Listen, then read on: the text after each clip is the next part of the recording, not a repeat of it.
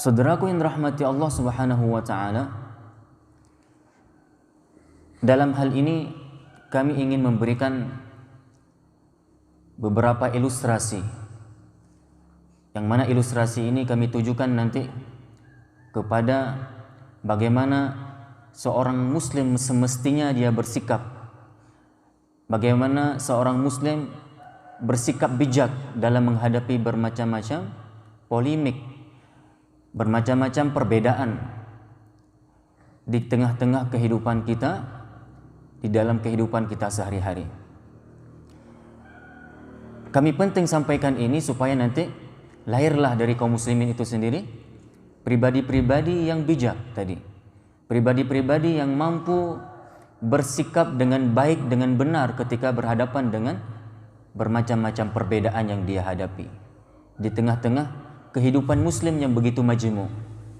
Majmuk apa? Ya, majmuk suku. Majmuk apa? Majmuk pemahaman. Ya, majmuk madhab. Ini penting sekali lagi kami sampaikan sehingga nanti tidak terjadi pertikaian satu sama yang lainnya sesama muslim.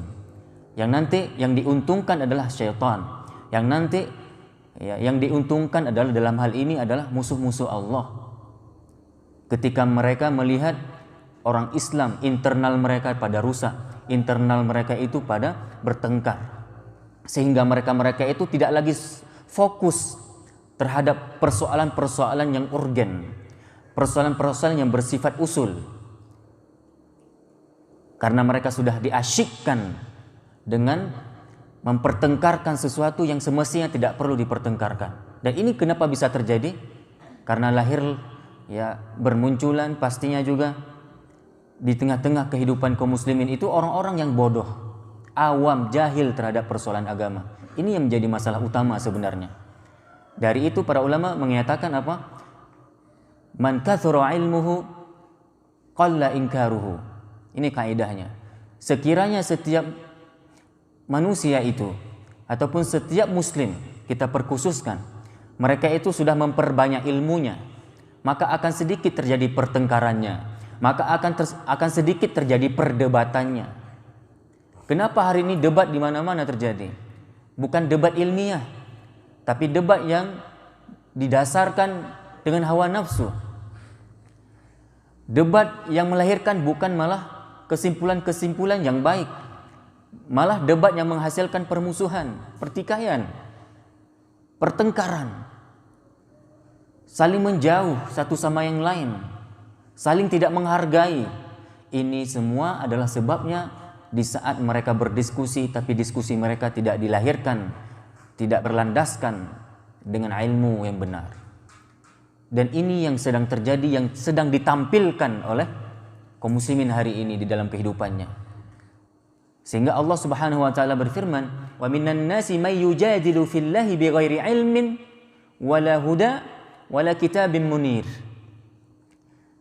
Ada sebahagian manusia yang mereka itu berdebat, may yujadilu fillah. Mereka itu mempertengkarkan masalah Allah. Mereka itu berdiskusi, berdebat masalah keagamaan. Masalah Allah apa? Masalah Quran. Masalah apapun yang berhubungan dengan Islam. Namun mereka berdebat bighairi ilmin, tanpa ilmu. Wala huda, tanpa ada petunjuk yang jelas. Wala kitabin munir, dan tanpa ada kitab yang jelas. Gak ada referensi, gak ada dalil. Ayat gak paham, hadis gak paham. Mereka lah yang berdebat masalah urusan agama. Apa yang dilahirkan? Yang dilahirkan pasti kesesatan dan kesesatan. Masalah-masalah baru yang akan muncul kaum muslimin ketika kita berdiskusi dengan sesuatu pembahasan namun tidak didasari dengan ilmu yang mapan. Maka wajar kata para ulama, law sakatal jahilu laqillatil khilaf. Law sakatal jahilu laqillatil khilaf. Seandainya orang-orang yang merasa diri itu awam, seandainya orang-orang yang merasa dirinya itu masih bodoh terhadap urusan agama, diam saja, laqillatil khilaf, sungguh akan sedikit terjadi pertikaian, sungguh akan sedikit terjadi pertengkaran, sungguh akan sedikit terjadi perbedaan. Dengan perbedaan ini nanti akan sedikit pula terjadi pertikaian. Kalau apa? Sakatal jahil. Kalau orang-orang jahil diam saja. Kalau nggak ngerti nggak usah bicara. Dari itu kaidahnya apa? Al-ilmu qabla al-qawli wal amal. Ilmu sebelum berkata-kata dan sebelum berbuat. Sebelum mengatakan sesuatu, sebelum kita sampaikan sesuatu, apalagi itu sesuatu yang berurusan dengan agama, maka mikir dulu, mikir. Berilmu dulu kita. Apakah apa yang kita ingin omongkan itu benar nggak? Mengandung maslahah nggak? Mengandung faedah nggak? Ataupun malah membawa mudarat? Mikir. Al-ilmu dulu. Qablal qaul. Dan juga ilmu sebelum amal. Sebelum berbuat, pastikan amalan itu sesuai dengan sunnah Rasulullah. Sebelum kita mengamalkan sesuatu amalan, pastikan dulu amalan itu bersesuaian dengan Quran dan sunnah. Pastikan bahwa pemahaman itu sudah disepakati benarnya oleh para ulama-ulama yang benar. Baru kita beramal. Insya Allah setiap ucapan dan amalan kita akan nanti dapat kita pertanggungjawabkan di hari hisab. Karena setiap ucapan dan perbuatan semua akan dihisab.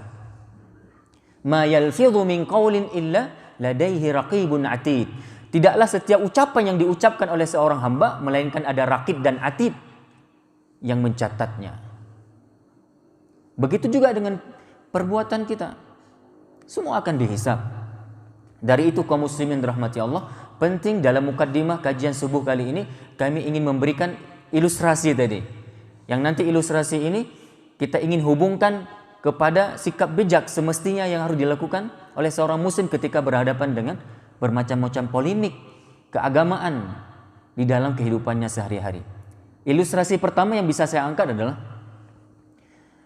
umpama beberapa orang yang sedang berada di sebuah meja hidangan, yang mana pastinya mereka ingin makan siang lah umpamanya. Di meja hidangan tersebut ada beberapa menu. Yang tujuan utama tadi apa? Sama-sama nanti di meja hidangan tersebut mereka ingin makan nasi, makan siang. Kalau kita orang Indonesia makanan pokoknya nasi. Ingin makan nasi, makan siang. Sekali lagi di meja hidangan itu ada beberapa menu makanan. Di situ ada ikan, ikannya pun ada beberapa jenis. Ada ikan tongkol, ada ikan bawal, ada ikan mujahidin, ya. Ikan mujahir maksudnya. Ada ikan apa lagi? Ada ikan bandeng, ya.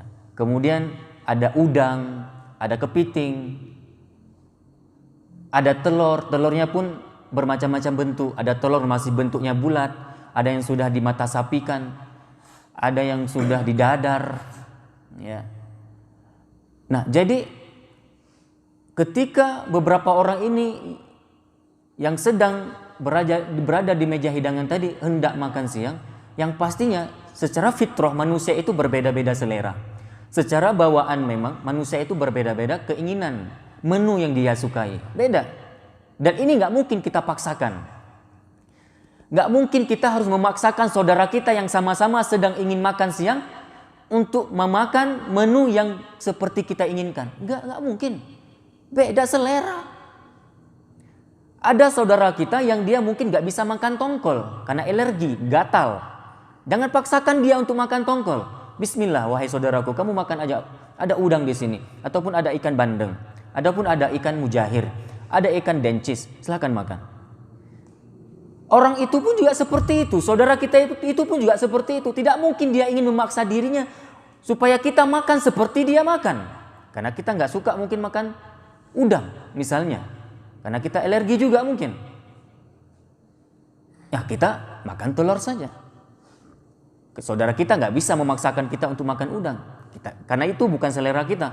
Mungkin itu ya halal, tapi nggak baik bagi diri kita. Ya, ada alternatif lain, ada telur, silakan. Selagi masih halal semuanya, ini kaidahnya. Selagi menu-menu yang dihidangkan di meja hidangan tadi semuanya adalah halal dan thayyib, halal dan baik. Bismillah, jangan bertengkar di meja hidangan. Silakan makan.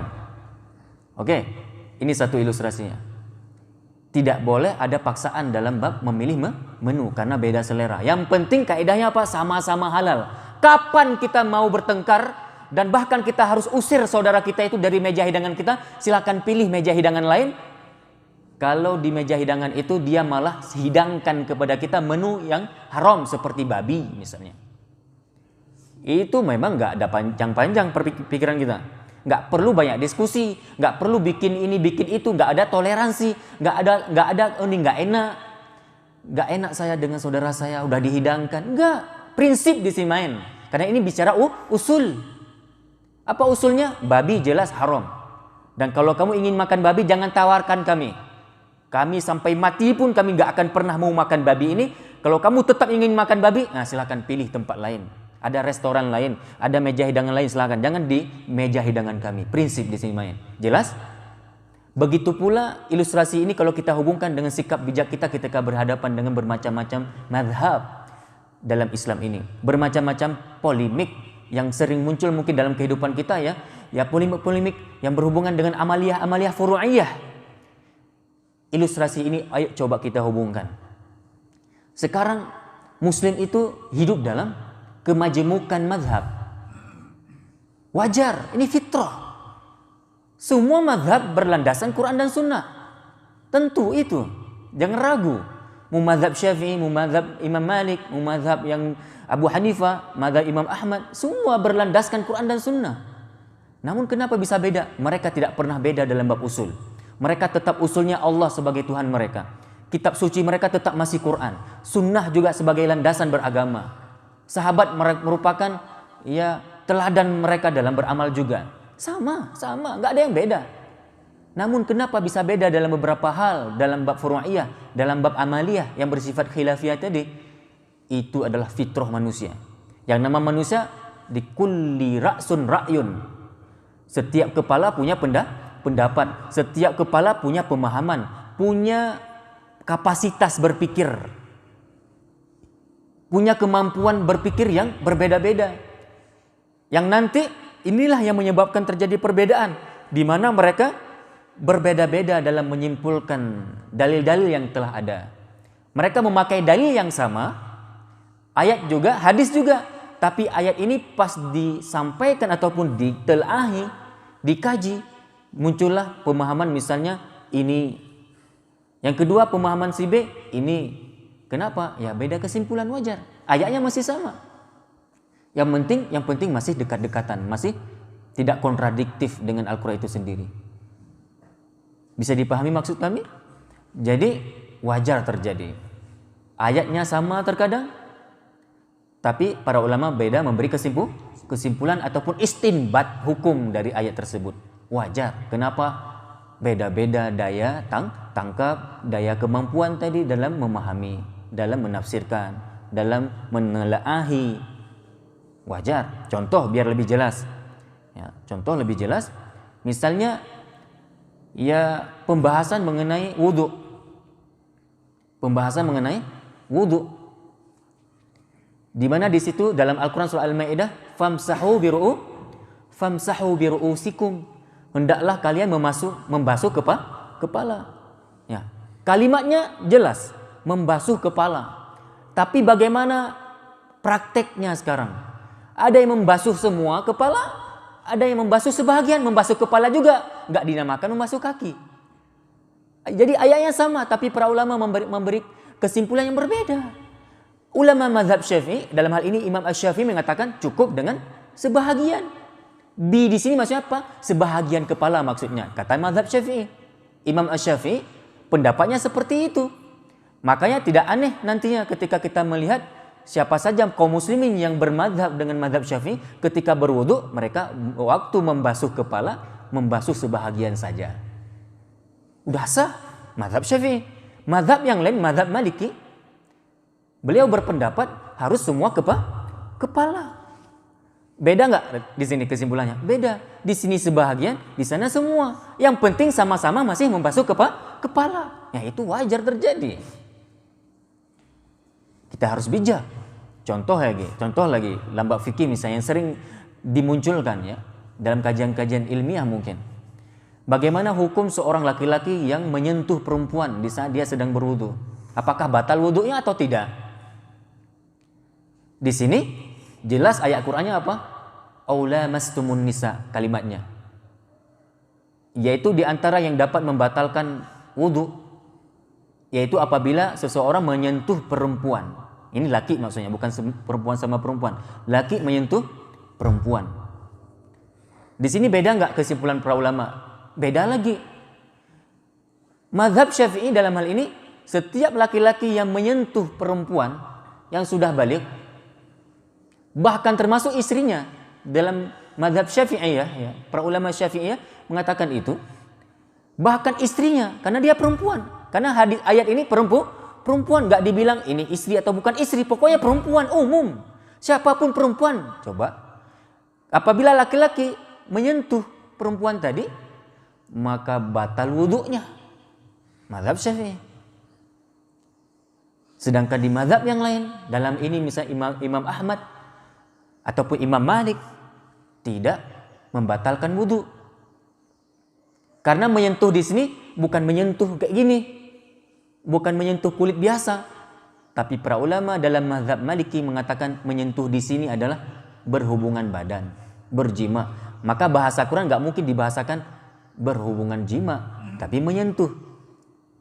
Jadi dalam mazhab itu menyimpulkan kapan baru batal wudhu? Kalau dia menyentuh berhubungan badan sampai mengeluarkan mani ataupun tidak mengeluarkan mani, pokoknya sudah menyentuh, maaf cakap berjima, maka batal wudhu. Ada mazhab yang lain, menyentuh tidak membatal wudhu walaupun bukan berjima, nyentuh-nyentuh biasa, asalkan tidak syahwat. Ya, ini lain lagi. Mazhab tadi menyentuh di sini bukan sentuhan biasa tapi berhubungan badan, baru batal wudhu. Dari mana mereka berdalil? Banyak. Dalil yang dipakai oleh Imam Syafi'i juga bagus, benar, kuat. Dalil yang dipakai oleh ulama lain juga kuat, benar, insya Allah. Seperti misalnya kasus Maryam ketika hamil tanpa suami. Ketika Allah perintahkan Jibril untuk meniupkan ruh ke jasadnya Maryam, untuk supaya Maryam bisa hamil nantinya. Apa kata Maryam? Wahai Jibril, mungkinkah aku bisa hamil sedangkan aku belum pun disentuh oleh seorang laki-laki pun, belum pun disentuh. Bahasa indahnya, masuk belum disentuh apa? Belum berhubungan badan. Ya ini. Jadi kan beda lagi kesimpulannya. Apakah kita harus bertengkar gara-gara ini? Yang ketahui nanti takutnya malah orang nggak sholat sama sekali. Kita asyik bertengkar, udah sholat bertengkar juga masih masalah sentuh, batal wudhu, nggak batal wudhu tadi. Ada orang memang nggak wudhu sama sekali hari ini masih. Saya ulangi, masih banyak kaum muslimin hari ini bahkan tanpa wudhu sama sekali. Maksudnya apa? Nggak sholat sama sekali masih. Kenapa kita harus bertengkar masalah-masalah ini? Masih banyak juga persoalan-persoalan yang lain. Kunut nggak kunut di saat melaksanakan sholat subuh. Imam Syafi'i mengatakan sunnah dengan dalil-dalil yang insya Allah bisa dipertanggungjawabkan. Bahkan dalam 4 mazhab 3 ulama yang membolehkan kunut. Coba, 3 ulama mazhab membolehkan kunut. Imam Syafi'i boleh kunut, Imam Malik boleh kunut walaupun berbeda tempat.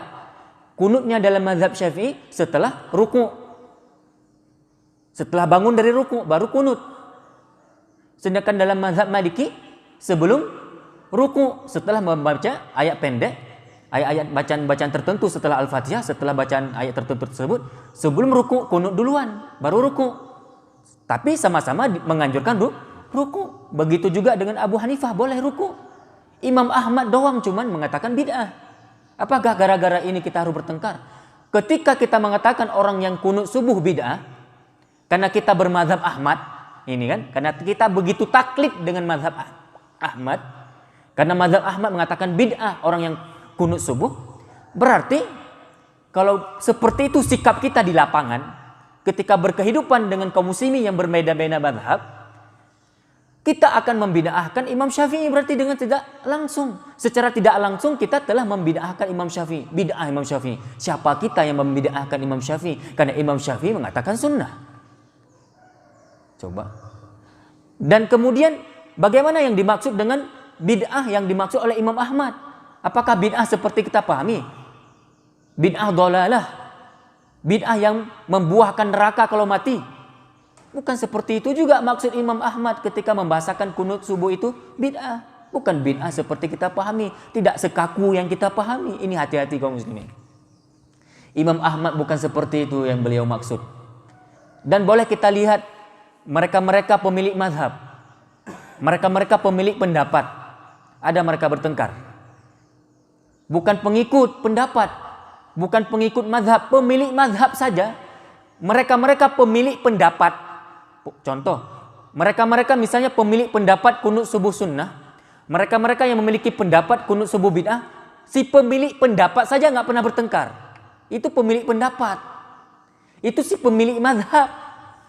Mereka saja nggak pernah bertengkar, saling bertoleran, bertasamuh dalam bab furu'iyah.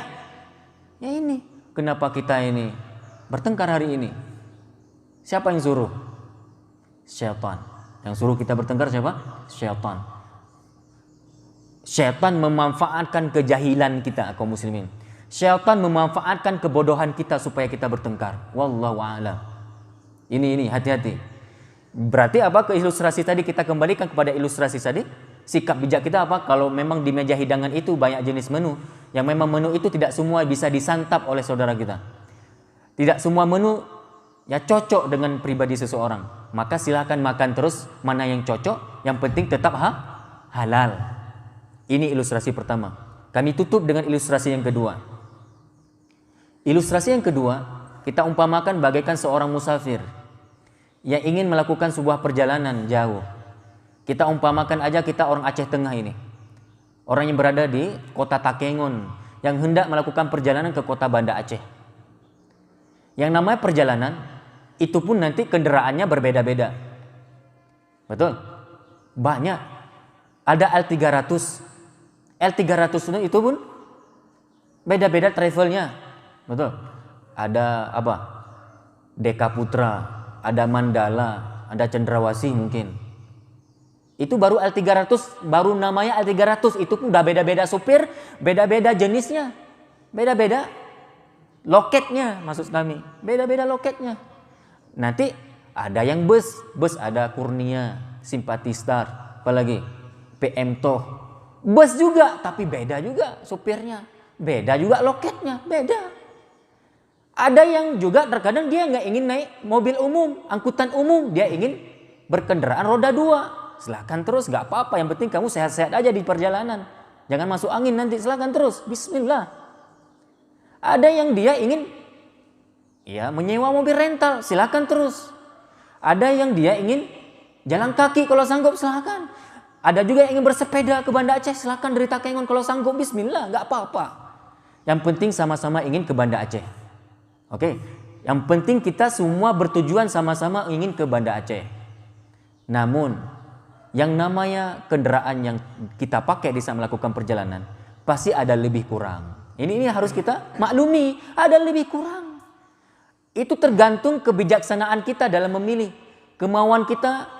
Dan juga bisa dibiasakan mana lebih nyaman bagi kita sesuai dengan pengetahuan yang kita dapati. Contoh, misalnya kita nggak senang dengan L300, mereka itu sopirnya merokok misalnya, sering dihidupin musik yang nggak jelas, membuat kita pening. Kemudian penumpangnya pun banyak yang nggak jelas, mobilnya bau misal, nggak usah pilih, naik mobil lain, bus misalnya yang lebih luas, silakan biar lebih nyaman. Itu pun kamu nggak sanggup, nggak apa-apa, naik mobil lain, masih banyak alternatif. Oke, yang jangan di saat nanti kita melakukan perjalanan yang memang tujuan utama dari Takengon sama-sama ingin ke Banda Aceh, namun di saat berjalan nanti dalam proses perjalanan kita saling menyenggol. Ini yang jangan. Jangan saling menyenggol, jangan saling balap-balapan, jangan, santai. Karena takutnya nanti walaupun tujuan utama sama-sama ingin ke Banda Aceh, dikhawatirkan gak akan sampai ke tujuan karena udah duluan masuk jurang gara-gara bertengkar di jalan tadi. Coba. Namun sekali lagi kita tetap ada kriteria kendaraan yang harus kita pakai. Contoh, kita harus perjelaskan dulu mobilnya itu bagus nggak mesinnya. Oke, supirnya jelas nggak, memiliki ilmu yang mapan nggak dalam menyetir, SIM-nya ada nggak, surat mobilnya ada nggak, kan kita harus pastikan juga. Bukan juga sembarangan. Karena kita ingin keselamatan. Makanya begitu pula dalam kehidupan. Ilustrasi inilah ilustrasi tentang polemik ataupun kemajemukan mazhab hari ini dalam Islam. Contoh, makanya ilustrasi tadi kalau mobil diumpamakan ya mazhab. Ada mobil Syafi'i, ada mobil Hambali, ada mobil Maliki, ada mobil Hanafi. Silakan naik mobil apa saja. Yang penting mobil itu jelas, landasannya jelas, si pemilik mazhabnya jelas, supirnya jelas. Dia memiliki surat berkendaraan. Surat berkendaraan apa? Kalau dalam ini Al-Qur'an, surat Quran. Dia paham cara nyetir, nggak mabuk. Namun kalau mobilnya nggak jelas, supir nggak jelas. Contoh, supirnya Syiah. Mobilnya mobil Syiahnya itu nggak usah naik.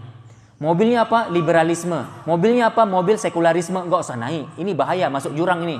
Dari pertama kita harus jelaskan yang kayak gini ini nggak akan sampai ke Banda Aceh ini. Kebirin pun nggak sampai, masuk ke Enang-Enang dia, ke jurang dia masuk. Paham ilustrasi ini berarti? Begitulah sikap bijak ketika kita berhadapan dengan bermacam-macam perbedaan. Yang penting jangan saling senggol menyenggol. Bahkan yang lebih indahnya apa? Sama-sama di jalan yang sama, walaupun berbeda mobil yang kita kendarai, pas nanti di perjalanan salinglah klekson mengklekson. Assalamualaikum, waalaikumsalam. Itu indah. Ini enggak ada yang terkadang di perjalanan kaku-kakuan. Assalamualaikum, enggak mau dijawabnya pun. Di klekson enggak mau dibalasnya pun. Bahkan dia halang-halangi. Dia coba halang-halangi kita di perjalanan, enggak mau dikasih jalan. Bahkan berusaha untuk menyenggol. Ini musibah yang terjadi hari ini. Dan kalau itu cara melakukan safar, yang tujuan pertama tadi ingin ke Banda Aceh, kami nyatakan nggak sampai ke Banda Aceh model perjalanan kayak gini. Musibah yang ada. Karena saling tabrak menabrak. Tabrak menabrak. NU Muhammadiyah tabrak menabrak. Jamaah tabligh, jamaah ini, jamaah itu saling tabrak menabrak. Ada Salafi nanti dibagi-bagi Salafi. Semua ngaku-ngaku pengikut Salaf. Tapi nanti yang ngaku-ngaku pengikut salaf beda-beda lagi nanti, saling tabrak menabrak juga. Muhammadiyah ada Muhammad Yaqutlah, ada Muhammad Idris, banyak kali udah saling tabrak menabrak. Tujuannya sama-sama ke surga. Khawatir kalau kayak gini kejadian makan masuk neraka. Karena apa? Kita sudah menghancurkan persatuan umat Islam. Itu bahagia pada anjuran untuk kita bersatu. Coba, karena kalau udah persatuan itu sudah pecah belah, itu berefek kepada kenyamanan beragama, kenyamanan dalam ibadah berefek, kaum muslim berefek, berat ini masalahnya, berat. Inilah dua ilustrasi yang bisa saya kemukakan dalam kajian kali ini, yang mudah-mudahan kita bisa memahaminya. Yang intinya apa? Kita ingin sampaikan kepada kaum muslimin dimanapun, kita harus betul-betul bijak, ya, bersikap yang memang di atas dasar tasamuh. Karena ini memang bukan urusan akidah. Kapan kita boleh bertengkar? Kapan kita boleh bertegang? Kalau itu persoalan perbedaan akidah. Ya, itu baru kita berada di prinsip. Namun kalau itu berbeda masalah furu'iyah, bismillah, nggak apa-apa. Mau jenggot nggak jenggot, bismillah. Mau cingkrang nggak cingkrang, silakan terus. Yang penting apa? Beramal sesuai dengan dalil-dalil yang ada. Yang jangan bertengkar. Mana yang lebih yakin? Mana yang lebih condong? Yang penting apa kaidahnya? Beramallah sesuai dengan perintah. Kalau itu bukan perintah, bahkan itu larangan, tinggalkan. Itu cuman. Mau cadar nggak cadar, lebih utama ya cadar, silakan. Nggak pakai cadar, jangan menerakakan orang nggak pakai cadar. Itu aja. Jangan anggap itu berarti penghuni neraka. Kenapa? Mereka telah melakukan dosa. Kenapa dosa? Buka aurat. Apa auratnya? Wajah. Coba, radikal kan? Kalau ada orang mengatakan cadar itu wajib, yang nggak bercadar haram, dosa. Kalau melakukan dosa berarti neraka. Ya berarti yang masuk surga yang bercadar doang. Coba, yang nggak bercadar, dan itu mayoritas bahkan hari ini. Berarti semua wanita-wanita yang nggak bercadar, walaupun sholatnya 5 waktu masih, walaupun Tuhannya Allah, walaupun Quran dan hadis masih dia yakini benar dan dia amalkan semaksimalnya, cuma nggak pakai cadar doang, udah masuk neraka gara-gara ini. Coba, ini yang berpikir seperti ini bukan dia lagi, bukan dia lagi. Itu ada pesan sponsor di belakangnya itu. Kalau nggak setan jin ya setan manusia yang sponsori itu. Ini hati-hati. Jangan kaku, jangan jumud. Wallahu a'lam bishawab. Mudah-mudahan apa yang kami sampaikan ini ada manfaatnya. Billahi taufiq wal hidayah. Subhanakallahumma wa bihamdika asyhadu an la ilaha illa anta astaghfiruka wa atubu ilaik. Wassalamualaikum warahmatullahi wabarakatuh.